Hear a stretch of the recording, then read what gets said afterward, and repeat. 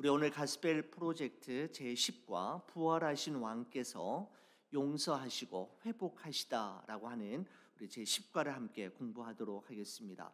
여러분의 교재 106페이지가 되겠습니다. 106페이지 이런 표시고요. 우리 함께 공부하도록 하겠습니다. 이번 과의 신학적 주제를 이렇게 정하였습니다. 죄를 용서받아야 예수님을 따를 수 있습니다 라고 기록하고 있습니다. 자, 이번 과에서 우리 10과에서 여러분과 함께 나누게 될 내용을 여러분의 교재 107페이지 한번 보시겠습니까? 107페이지 맨 위쪽에 보면 이 세션에서는 이라고 하는 부분이 있습니다. 이번 과에서 우리가 함께 다루게 될 중요한 내용들을 요약해서 정리했는데 제가 한번 읽어드리겠습니다. 107페이지 가장 위쪽에 이 세션에서는 예수님이 부활하신 후 제자들에게 세 번째로 나타나신 장면을 볼 것입니다. 이날 아침 식사 자리에서 예수님은 회복하시는 능력을 실제로 보여주셨습니다. 예수님은 사람들을 죄에서 구원하시려는 하나님의 계획을 성취하셨기에 제자들의 죄와 실패를 용서하실 수 있었고 주님을 따르는 사명을 다시 위임하실 수 있었습니다. 예수님을 따르는 자로서 우리는 죄와 실패를 넘어서 주님의 이름으로 위대한 일을 성취할 수 있도록 회복시키시는 주님의 능력을 믿어야 합니다 라고 되어 있습니다. 여러분, 이 내용에 대해서 우리 세 가지 핵심 포인트를 중심으로 해서 한번 살펴보도록 하겠습니다. 첫 번째 핵심 포인트는 이렇습니다. 예수님은 능력과 예비하심으로 자신을 계시하십니다 라고 되어 있는데 21장 1절에서 14절까지의 말씀을 지은이가 이렇게 한번 정리한 것 같습니다. 자, 오늘 본문의 사건이 시작되어지는 1절, 2절의 말씀을 여러분 성경책 한번 보시기 바랍니다. 이런 말씀으로 시작이 됩니다. 그 후에 예수께서 디베랴 호수에서 또 제자들에게 자기를 나타내셨으니 나타내신 일은 이러하니라. 시몬 베드로와 디두모라 하는 도마와 갈릴리 가나 사람 나다나엘과 세베대의 아들들과 또 다른 제자 둘이 함께 있더니 라고 말씀하고 있습니다. 장소가 어딘가 하면 디베랴 호수라고 되어 있습니다. 바로 로마 황제 티베리우스의 이름을 딴 것으로 성경에서는 게네사렛 호수라고 이야기하기도 하고 갈릴리 호수, 갈릴리 바다라고 불리기도 하는 모두 다 동일한 지명입니다. 이 호수에서 예수님께서는 7명의 제자들을 만나셨는데 오늘의 이 만남이 몇 번째 만남인가 하면 여러분 14절 말씀 한번 보시겠습니까? 부활하신 예수님께서 제자들과 세 번째 만남이었다라고 이야기하고 있습니다. 14절에 보시면 이것은 오늘의 이 만남은 이 말이죠. 예수께서 죽은 자 가운데서 살아나신 후에 세 번째로 제자들에게 나타나신 것이라 라고 말씀하고 있습니다. 첫 번째 부활하신 예수님께서 제자들을 만나셨던 사건은 부활하신 그날 당일 저녁이었습니다. 유대인들과 로마 군병들을 두려워했던 제자들은 문을 겹겹이 걸어 잠그고 쥐 죽은 듯 숨을 죽이며 숨어 있었죠. 그때 예수님께서 제자들에게 나타나셔서 너희에게 평강이 있을지어다 라고 하는 그 말씀을 하셨던 것이 바로 우리가 함께 나누었던 첫 번째 만남이었습니다. 두 번째 만남은 첫 번째 만남이 있은 후 8일이 지난 날이었습니다. 예수님께서 도마에게 나타나셨지요. 못자국 난 손과 창자국 난 옆구리를 예수님께서는 도마에게 보여주실 뿐만 아니라 손을 넣어 만져보게 하심으로 도마의 흔들리는 믿음을 견고하게 곧바로 잡아주셨던 것이죠. 두 번째 만남이 있었던 겁니다. 그리고 오늘 디베랴 호수, 바로 갈릴리 호수에서 예수님은 세 번째 부활하신 모습으로 제자들을 만나 주셨습니다. 3절 말씀입니다. 시몬 베드로가 나는 물고기 잡으러 가노라 하니 그들이 우리도 함께 가겠다 하고 나가서 배에 올랐으나 그날 밤에 아무것도 잡지 못하였더니 라고 말씀하고 있습니다. 베드로를 포함한 7명의 제자들은 그동안 예수님을 따르느라 지난 3년 동안 한 번도 그물을 잡아본 적이 없었습니다. 오랜만에 오래된 그물을 꺼내고 3년 만에 고깃배에 올랐지만 성경은 그날 밤 그들이 단 한 마리의 고기도 잡지 못했노라고 증언하고 있습니다. 여러분, 이처럼 만선의 부푼 기대감을 가지고 바다로 나갔지만 그 기대감이 순식간에 물거품이 되어져 버린 바로 그 순간 육지에서 이 제자들을 향해 들려오는 또렷한 음성이 있었노라고 성경을 말씀하고 있습니다. 5절, 6절 말씀입니다. 예수께서 이르시되 얘들아 너희에게 고기가 있느냐? 대답하되 없나이다. 이르시되 그물을 배 오른편에 던지라. 그리하면 잡으리라 하시니 이에 던졌더니 물고기가 많아 그물을 들 수 없더라라고 말씀하고 있습니다. 여러분 한번 생각해 보십시오. 물론 3년 만에 던져보는 그물입니다.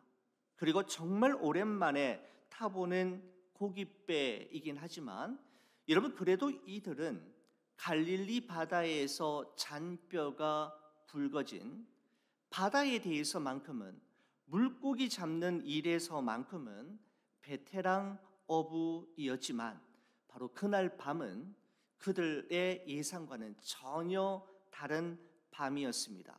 그들이 밤새도록 그물을 던질 때 여러분, 예수님의 말씀처럼 배 오른편에는 한 번도 그물을 던지지 않았을까요?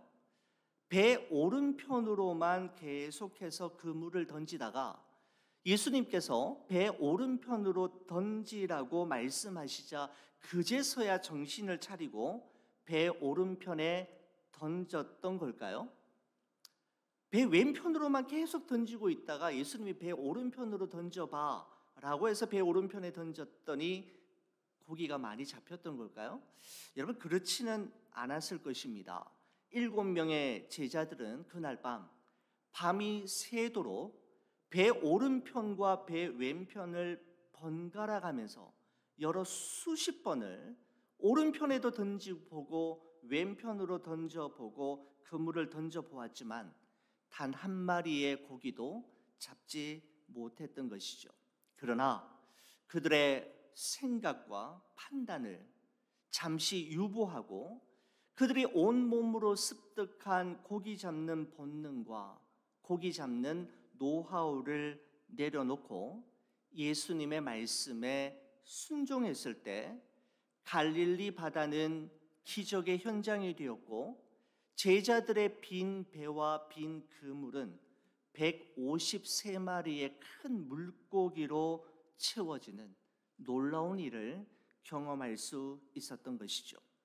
며칠 전 있었던 빈 무덤의 사건이 부활하신 예수님을 증명하는 증거가 되었던 것처럼 빈 배와 빈 그물 역시 부활하신 예수님과 함께 있을 때 어떠한 일이 일어날 수 있는지를 제대로 보여주는 확실한 증거물이 되었던 것을 알 수가 있습니다. 여러분, 그렇습니다. 제자들의 배와 그물이 비어 있었기 때문에 그들은 주님의 역사하심과 채워짐의 기적을 경험할 수 있었던 것이죠. 이 대목을 묵상하면서 우리가 많이 부르는 찬양 가운데 여러분, 이런 찬양이 있지 않습니까? 주가 일하시네. 날이 저물어 갈 때, 빈 들에서 걸을 때, 그때가 하나님의 때, 내 힘으로 안 될 때, 빈손으로 걸을 때 내가 고백해 여호와 이래. 주가 일하시네, 주가 일하시네. 주께 아끼지 않는 자에게 주가 일하시네, 주가 일하시네. 신뢰하며 걷는 자에게 라고 하는 여러분 그런 가사를 우리가 알고 있습니다. 주님이 일하시는 때가 언제인가를 이 작사가는 이렇게 이야기하고 있습니다. 주님이 언제 일하시는가? 날이 저물어 갈 때, 빈들에서 걸을 때, 내 힘으로 안 될 때, 빈손으로 걸을 때, 바로 그때가 하나님께서 일하시기 시작하는 바로 그 시점이다라고 이야기하고 있는 이 대목이 참 저의 마음속에 와닿습니다. 그렇습니다. 빈손으로 홀로 걸을 때야말로 주님의 일하심과 주님의 역사하심을 선명하게 볼 수 있는 타이밍이지요. 여러분 바로 그들이 이 예수님의 이 7명의 제자들 역시 빈 배, 빈 그물이었기 때문에 예수 그리스도로의 기적과 예수 그리스도로 말미암은 채워짐을 경험할 수 있었던 것입니다. 여러분 이런 표현이 있지 않습니까? 인간의 마지막은 하나님의 시작이 되고 인간의 위기는 하나님의 기회가 된다라고 하는 말처럼 우리의 힘과 능으로는 도무지 채울 수 없는 빈 배와 빈 그물은 하나님의 역사하심과 채워주심의 기적이 시작되는 출발 포인트가 될 수가 있는 것이죠. 그렇습니다. 인간의 마지막은 하나님의 시작이 되고 인간의 위기는 하나님께서 역사하시는 기회가 될 수 있음을 우리는 본문의 말씀 속에서 다시금 확인할 수가 있습니다. 여러분 한편 이 놀라운 기적이 예수님으로 말미암아 일어나게 되었다라고 하는 사실을 알게 된 베드로는 급히 예수님이 계신 육지로 육지로 이제 올라가게 되죠. 바다에 내려서 올라가게 되는데 육지에 도착했던 베드로의 눈 앞에 세 가지가 눈에 들어왔다라고 이야기하고 있습니다. 여러분 9절 말씀 한번 보시겠습니까? 여러분 성경책 9절 말씀 한번 보십시오. 육지에 올라보니 베드로를 이야기합니다. 베드로가 육지에 올라보니 숯불이 있는데 그 위에 생선이 놓였고 떡도 있더라라고 말씀하고 있습니다. 세 가지가 있었다라고 이야기합니다. 그죠? 숯불, 생선, 그리고 떡, 이 세 가지였습니다. 여러분 예수님께서 준비하신 이 세 가지는 예수님의 의도가 담긴 소품들이었습니다. 여러분 먼저 예수님께서는 숯불을 준비하셨습니다. 이런 밤새 고기를 잡느라 심히 피곤하고 허기진 베드로였지만 생선과 떡보다도 그의 시선에 먼저 들어온 것은 숯불이었습니다. 여러분 요한복음의 저자인 사도 요한도 이 대목을 기록하면서 생선과 떡을 먼저 언급하기 전에 숯불이라는 단어를 먼저 사용하면서 이 문장의 앞에 배치하고 있는 것을 볼 수가 있습니다. 여러분 9절 말씀 한번 다시 보시겠습니까? 육지에 올라보니 가장 먼저 뭐가 있었다고요? 숯불이 있는데 그 위에 생선이 놓였고 떡도 있더라라고 말씀하고 있습니다. 여러분 고기를 잡느라 밤새도록 허기지고 피곤해 있는 베드로의 눈에 가장 먼저 나타날 것은 오히려 생선과 떡이라고 추측할 수 있는데 생선과 떡보다는 숯불이었다. 숯불이라는 단어를 먼저 배치하고 있는 데에는 사도 요한의 의도가 있다라는 거죠. 보다 정확하게 성령님의 의도를 가지고 단어가 순서적으로 배열되어 있다라고 하는 것을 우리가 한번 생각해 볼 수 있습니다. 여러분 요한복음에는 이 숯불이라고 하는 단어가 딱 2번 사용이 되었습니다. 언제 사용이 되었냐면 방금 우리가 지금 보신 요한복음 21장 9절 이 말씀에서 숯불이 사용이 되었고요. 또 한 번 더 사용된 곳이 있는데 바로 요한복음 18장 18절 말씀에서였습니다. 여러분, 로마 군병에 의해 겟세마네 동산에서 체포되신 예수님께서 재판과 신문을 받으시기 위해 대제사장의 뜰로 들어가실 때 멀찍이 예수님의 뒤를 따르던 베드로는 뜰 안에 피워져 있는 불 곁으로 다가갔었죠. 요한복음 18장 18절 말씀에 보면 이런 말씀이 있습니다. 갑자기 많이 지나갔는데 죄송합니다. 요한복음 18장 18절 여기 보시면 이렇습니다. 그때가 추운 고로 종과 아랫사람이 불을 피우고 라고 하는, 여기 불이 있지 않습니까? 이 불이 요한복음 21장 9절에 있는 육지에 올라와 보니 숯불이 있는데 라고 할 때 숯불과 동일한 헬라어 단어를 사용하고 있습니다. 그러니까 18장에 나오는 불과 21장에 나오는 이 숯불이 같은 단어인데 우리 개역 개정에서는 불과 숯불로 좀 다르게 표현하고 있습니다만은 같은 단어입니다. 여러분, 특별히 누가복음 22장에 보면 베드로가 예수님을 세 번째 부인할 때 예수님께서 뒤돌아서서 베드로를 보셨다라고 하는 장면이 기록이 되어 있는데, 바로 여러분 이런 장면 아니겠습니까? 대제사장의 뜰 안에 피워진 숯불을 사이에 두고 숯불 가까이에 있는 베드로와 멀찍이 떨어져 있는 예수님이 서로 눈이 마주친 것이죠.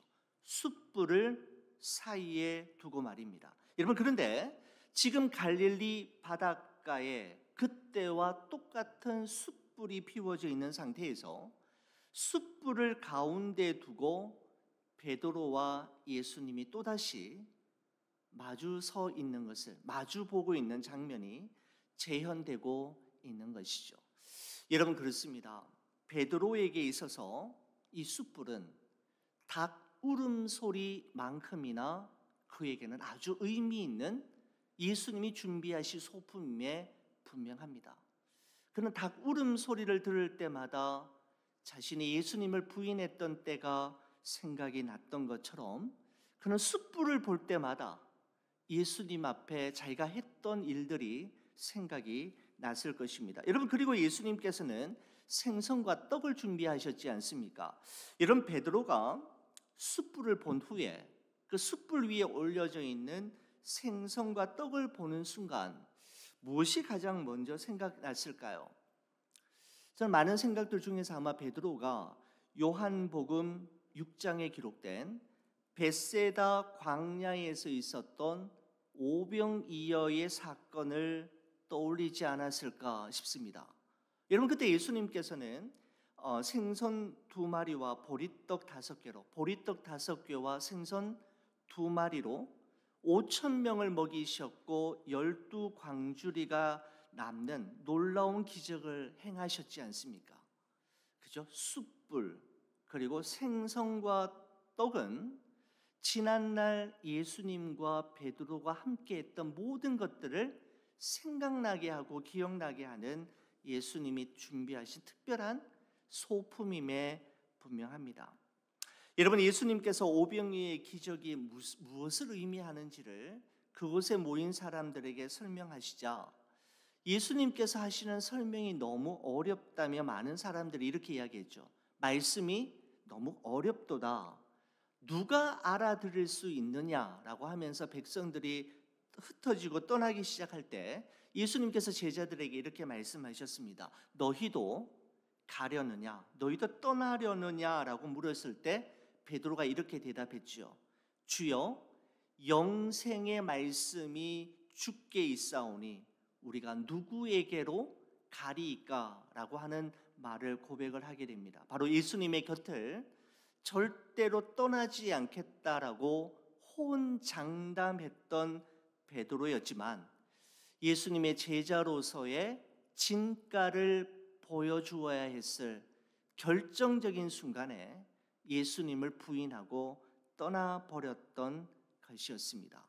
바로 숯불과 생선과 떡은 베드로로 하여금 자신이 예수님 앞에 얼마나 부끄러운 존재인지를, 얼마나 큰 죄인인지를 보여주는 바로 그런 상징과 같은 소품들이었음에 분명합니다. 여러분, 이처럼 예수님께서는 밤새도록 그물을 던졌지만 단 한 마리의 고기도 잡지 못했던 제자들을 위해 큰 물고기 153마리를 잡는 능력을 행하시고 숯불과 생선과 떡을 그들을 위해 준비해 주심으로 그들을 먹이시고 그들을 회복시킬 뿐만 아니라 예수님 앞에서 그들이 어떤 존재인지를 깨닫게 하시는, 여러분, 그런 일들을 보여주셨던, 그러므로 자신을 계시하시는 모습을 볼 수가 있는 것이죠. 여러분의 교재 109페이지에 보시면 두 번째 핵심 포인트로 넘어가겠습니다. 예수님은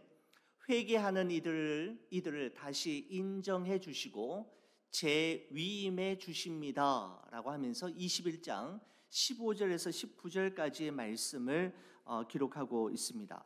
여러분, 예수님 앞에서 고개를 떨군 채 아무 말도 할 수 없었던 베드로에게 건네신 예수님의 첫 번째 말씀은 요한의 아들 시모나라고 하는 표현이었습니다. 여러분, 15절 말씀 한번 보시겠습니까?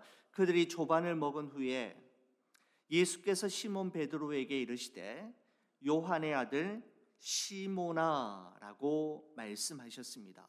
여러분, 요한의 아들 시모나라고 하는 이 호칭은 3년 전 예수님께서 베드로를 갈릴리 호수에서 처음 만나셨을 때 베드로를 향해 건네신 첫 번째 말씀과 동일한 것이었습니다. 여러분, 요한복음 1장 42절에 보면 이렇게 되어 있습니다.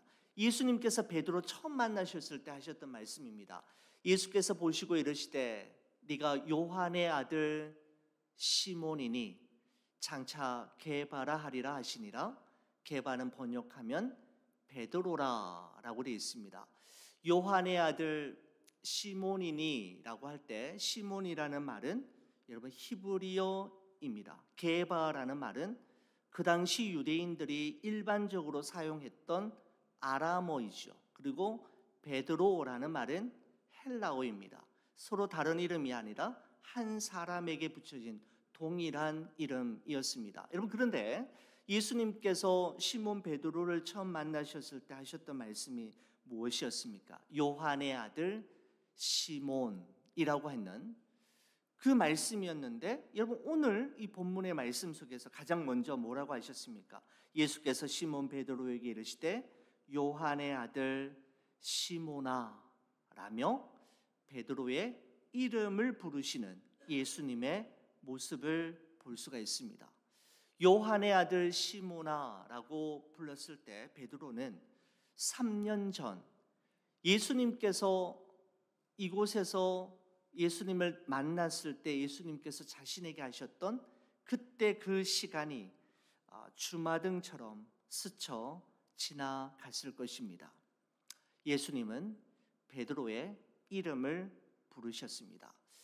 여러분, 신영복 씨의 담론이라고 하는 책에 보면 그가 감옥의 수감 중에 있을 때 있었던 감동적인 이야기 하나를 소개하고 있는 부분을 볼 수가 있습니다. 여러분, 감옥에서는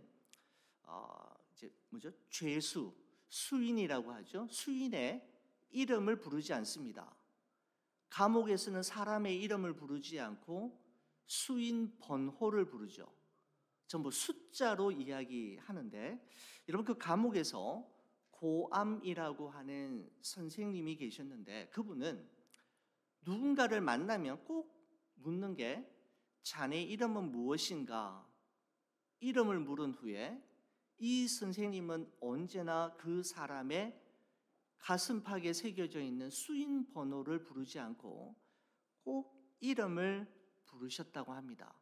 그분이 자신의 이름을 정말 오랜만에 불러주던 그날, 그는 그날 밤이 꼬박 새도록 잠을 이루지 못했노라고 고백하고 있는 부분이 이 담론이라고 하는 책에 있습니다. 번호로 매겨지는 것이 아니라 고유의 독특한 존재성을 인정하는 것이 바로 이름이지 않습니까? 여러분, 이런 제가 대목을 보면서 제가 중고등학교 때 한국에 다닐 때 선생님이 수업 시작하기 전에 출석부 부르던 때가 생각이 났습니다. 여러분 때는 우리 어떠셨는지 모르겠지만 제가 중고등학교 다닐 때만 해도 출석부에 이름을 부르는 선생님이 제가 거의 생각이 잘 나지 않습니다. 1번 예, 2번 예, 번호 부르다가 정말 제가 이 담론에 있는 이 책을 보면서 한 반에 학생 수가 60명이 넘었는데 학생의 이름을 60명의 이름을 다 불러주시던 선생님이 기억이 났습니다. 최준우라고 하는 제 이름을 불렀을 때 그때 참 기분이 이상했던 느낌까지 생각이 났습니다. 전부 번호를 부르는데 1번, 2번, 3번 불렀는데 제가 그때 한 55번으로 기억이 되는데 55, 최시니까 가나다 순으로 해가지고 뒤에 번호였는데 번호로 부르지 않고 이름으로 불러주시던 선생님, 그 얼굴이 떠오르지도 않고 이름이 생각나지도 않지만 참 의미 있게 다가왔습니다. 여러분, 그렇습니다. 예수님께서는 자신을 배반하고 부인했던 베드로를 만난 처음 자리에서 베드로의 이름을 불러 주었습니다. 예수님은 민망함과 죄송함 그리고 죄책감에 고개를 떨군 채 아무 말도 하지 못하고 있었던 베드로의 이름을 불러주므로 그가 얼마나 소중한 존재이고 또 그를 향한 예수님의 기대가 아직도 남아있음을 확정시켜 주시는 거였죠. 그러면서 요한의 아들 시몬아, 내가 이 사람들보다 나를 더 사랑하느냐라고 말씀하고 있습니다. 여러분, 예수님께서는 요한의 아들 시몬아, 네가 그때 왜 나를 모른다고 했느냐, 그때 왜 나를 부인했느냐라고 하시지 않고 요한의 아들 시몬아, 네가 나를 사랑하느냐라고 물으셨습니다. 여러분, 베드로를 다시 일으켜 세운 것은 저는 이 두 가지였다고 생각이 됩니다. 베드로의 이름을 불러주시는 예수님, 그리고 너가 나를 사랑하느냐라고 질문하시는 예수님의 이 두 마디 말씀이 바로 넘어진 실패하여 절망 가운데 있는 베드로를 일으켜 세웠던 결정적인 말씀이라고 할 수가 있는 것이죠.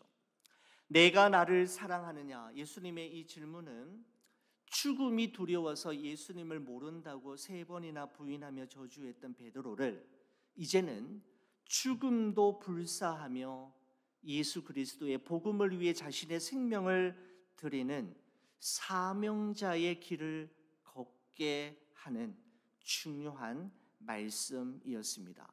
예수님의 3번의 그 질문 앞에 베드로는 3번이나 동일하게 내가 주님을 사랑하는 줄 주님께서 아시나이다 라고 고백을 했던 것이죠. 대제사장의 뜰 숯불 앞에서 예수님을 모른다고 3번이나 부인했던 베드로에게 예수님께서는 또다시 그 숯불 앞에서 내가 주님을 사랑하는 줄 주님께서 아시나이다 라고 하는 3번의 사랑 고백을 받아내신 후 그의 마음속에 고이 간직해 두었던 부탁의 말씀을 베드로에게 전하셨는데 그것은 15절, 16절, 17절에 기록되어 있죠. 내 양을 먹이라, 내 양을 치라, 그리고 내 양을 먹이라 라고 하는 말씀이었습니다. 거기서 19절 맨 마지막에 보면 베드로에게 이르시되 나를 따르라 라고 하셨습니다. 내 양을 먹이고 그리고 너는 나를 따르라 라고 하는 것이 바로 예수님께서 베드로에게 주셨던 마지막 부탁의 말씀이었습니다. 여러분, 기독교 역사학자인 유세비우스의 증언에 따르면 베드로는 주후 64년경에 네로 황제에 의해 십자가형에 처해 죽임을 당하는데, 베드로는 자신은 예수님처럼 죽을 자격이 없노라 이야기하며 십자가에 거꾸로 매달려 순교했노라고 유세비우스는 우리에게 증언하고 있습니다. 베드로는 자신의 생명이 다하는 그 순간까지 주님께서 자신을 회복시키신 후 부탁하셨던 내 양을 먹이라, 그리고 너는 나를 따르라 라고 하신 이 말씀에 따라 자신에게 맡겨주신 사명을 끝까지 완수했던 모습을 볼 수가 있는 것이죠. 자, 여러분 112페이지 보시면 세 번째 핵심 포인트로 넘어가도록 하겠습니다. 세 번째 이렇습니다. 예수님은 주님을 따르는 일에 다시 집중하라고 하십니다 라고 하면서 21장 20절에서 23절까지 말씀입니다. 여러분, 저는 개인적으로 오늘 본문의 말씀을 기록하면서 요한복음이 21장 19절에서 그냥 은혜롭고 정말 감동적으로, 그죠? 예수님께서 베드로를 회복시켜 주시고, 베드로는 예수님께서 주시는 내 양을 먹이라, 나를 따르라라고 하는 그 명령을 받는 것으로 그냥 끝났으면 좋겠다라는 생각이 드는데, 20절과 21절 말씀 때문입니다. 베드로가 정말 뜻밖의 질문을 예수님께 하는 것을 볼 수가 있는데, 여러분 20절 21절 한번 보시겠습니까? 이렇게 되어 있습니다. 베드로가 돌이켜 예수께서 사랑하시는 그 제자, 예수께서 사랑하시는 그 제자라는 것은 요한복음을 기록한 사도 요한을 이야기하는 겁니다. 그 제자가 따르는 것을 보니 그는 만찬석에서 예수의 품에 의지하여 주님을 파는 자가 누구오니까 묻던 자더라. 이에 베드로가 그를 보고, 즉 사도 요한을 보고 그 말이죠, 예수께 여짜오되 주님, 이 사람은 어떻게 되겠사옵나이까? 라고 질문하는 것을 볼 수가 있습니다.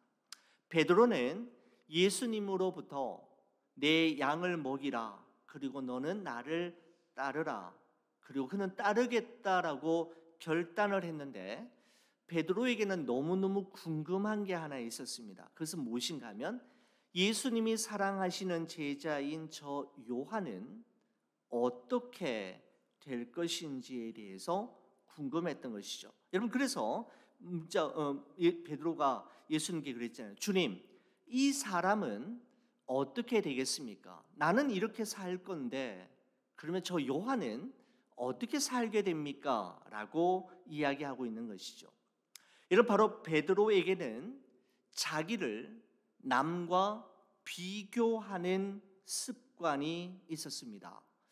여러분, 예전에도 이런 경우가 있었지요. 예수님께서 제자들에게 너희들이 나를 다 버릴 것이다 라고 이야기했을 때 베드로가 뭐라고 이야기하느냐 하면, 예수님 무슨 말입니까? 다른 제자들은 다 주를 버릴지라도 나는 주님을 버리지 않을 것입니다 라고 하면서 다른 제자들과 비교하면서 상대적으로 우월감을 표현했던 적이 있었죠.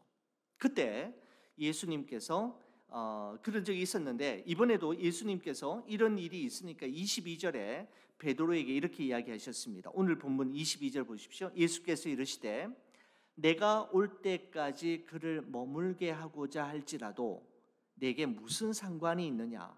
너는 나를 따르라 하시더라 라고 말씀하고 있습니다. 무슨 말입니까? 베드로야, 요한이 어떻게 살게 되고 어떻게 되는지 그게 무슨 상관이 있느냐?